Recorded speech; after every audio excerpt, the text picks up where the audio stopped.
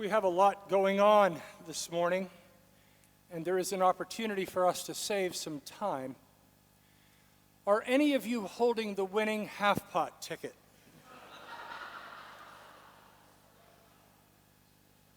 No. Well, then we will have a sermon. There were certain expectations for those of us growing up in small towns. If you are of a certain age, you will remember that long before the internet and the social media platforms, if you got into mischief of one kind or another, when you arrived home, your parents already knew about it. No Facebook, no Twitter, neighbors. Neighbors would see what you were up to and report it to your parents. It's like they had their own 4G network. We called it a party line. Google it. In a small town, you were always expected to do your best. A job half done was not done at all. Work was seen as a noble thing. The church of the small town endorsed the idea. We sang hymns about working. Work, for the night is coming. Come labor on. Revive thy work, O Lord. Let us work and pray together. The Protestant work ethic was alive and well in the small town of my youth. And in my small town, there was something of an unspoken commandment that even if you went away for college, you were expected to come back and build your life in that small town. People who went off to college and didn't come back were held suspect. The assumption was that while away at school, a person must have gotten into some kind of trouble, and they were ashamed to come back and face the music. So you know why I don't go back very often. I went off to college, off to seminary, and became the worst thing imaginable in the world that you could become in my small town. A liberal. And it is assumed that I am ashamed to show my face. Preachers and hometowns have a rocky relationship going way back. In my small hometown, as in many like it, those who became successful and rich were also held suspect. Garrison Keillor once remarked that it was impossible to get rich in a small town. Too many people were watching. Show up in a new car downtown, and the comments went along the lines of, "Wow, now that's a fancy-looking car. That must have set you back quite a bit." They weren't really interested in learning how much you had paid for the car. They were far more interested in finding out where you got the money and what you had to do to get it. And it didn't matter what you did. The president of the bank, the funeral director, the dentist, the doctor, the school principal, if they started living a little larger than the rest of us, they must be up to something nefarious. Suspicion was a full-time affliction in my town. When I was getting ready to go off to college, one of the women of my church, a dear woman, pulled me aside and said something to me I will never forget. With a sternness in her voice that I had rarely heard, she admonished me with these words: "Don't forget where you come from." I confess to being shocked. Don't forget where you come from. The implication was, don't get too big for your britches and forget that we know exactly who you are. Well, I did get too big for my britches, but I'm shrinking back into them these days. However, I can assure you, as I can assure her if she is able to hear from the heavenly realms, that I have never forgotten where I come from. In essence, that was the message Moses preached to the people of Israel. standing on the threshold of the promised land, a land he himself would not enter. Moses reminded the people not to forget where they came from. Take care that you do not forget the Lord your God by failing to keep his commandments, his ordinances, and his statutes, which I am commanding you today. Don't forget where you come from.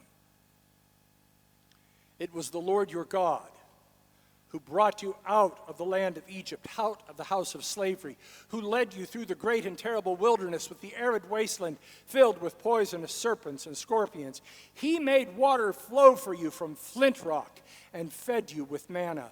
Don't forget where you come from. Don't forget how God set you free. Don't forget that it was God who accompanied you and provided for you through the desert, providing water and nourishment. Don't forget. Don't you dare forget. Don't forget where you come from. Old Moses knew the human character pretty well. Moses knew our tendency to fall into the amnesia of success. Nothing so completely erases the memory like success. Moses knew that. He warned his people, when you have eaten your fill, and when you have built fine houses and live in them, and when your herds and flocks have multiplied, and when your silver and gold is multiplied, and when all that you do and all that you have is multiplied, then do not exalt yourself, forgetting the Lord your God. Do not say to yourself, my power and the might of my hand have gotten me this wealth. The Bible is replete with stories of people who get into sticky situations and then cry out to God, and God answers them.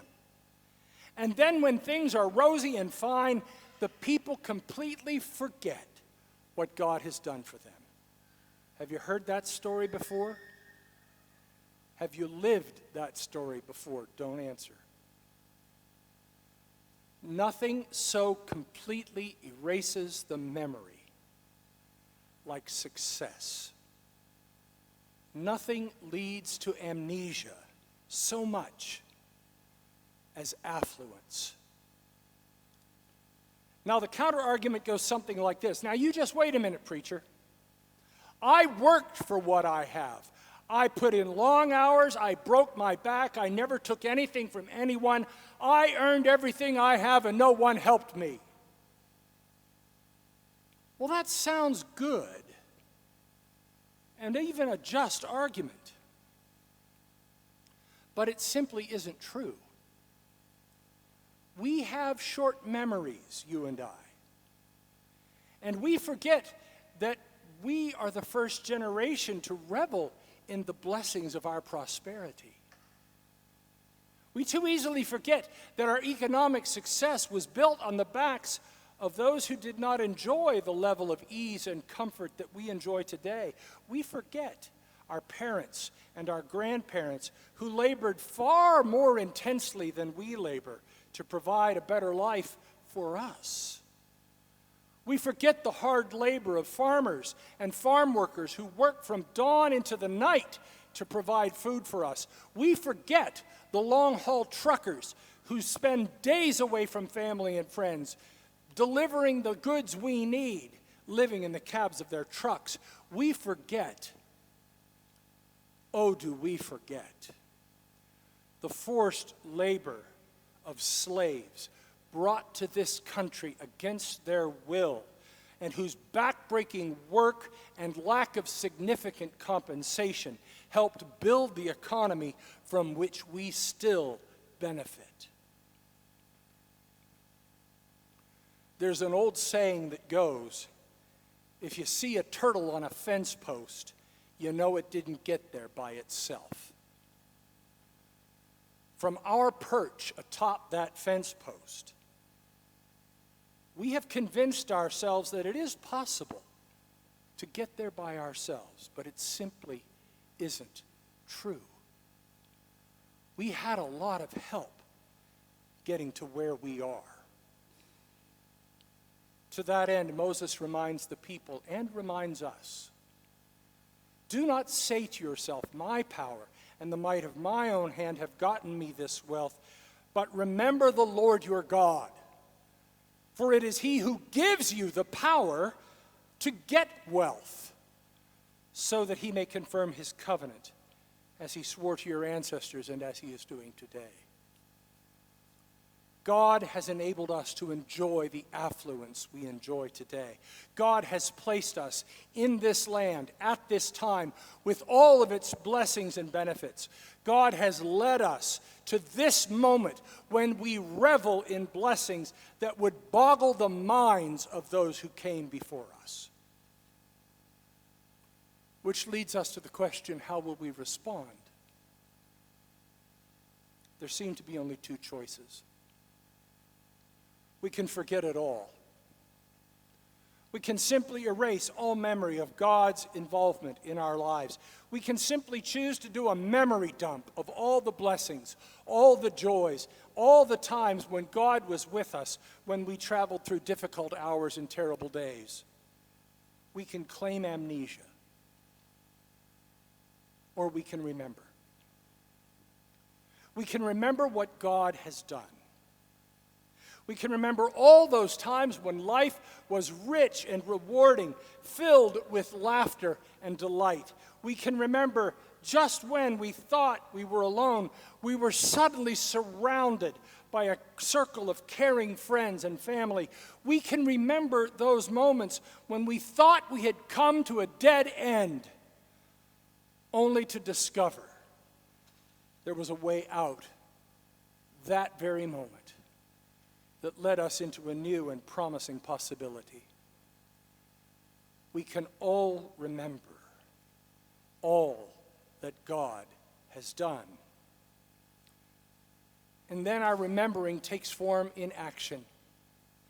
Later this month, you will be asked to make a financial commitment to our 199th year as a congregation. With your commitments in hand, we can responsibly plan our mission and ministry for the year 2020.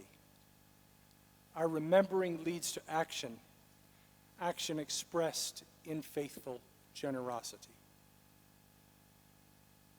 So I'll say to you what old Gracie said to me. Don't forget where you come from. Don't let affluence lead to amnesia. Remember. Remember all that God has done for you, for now and everyone and forevermore. Amen.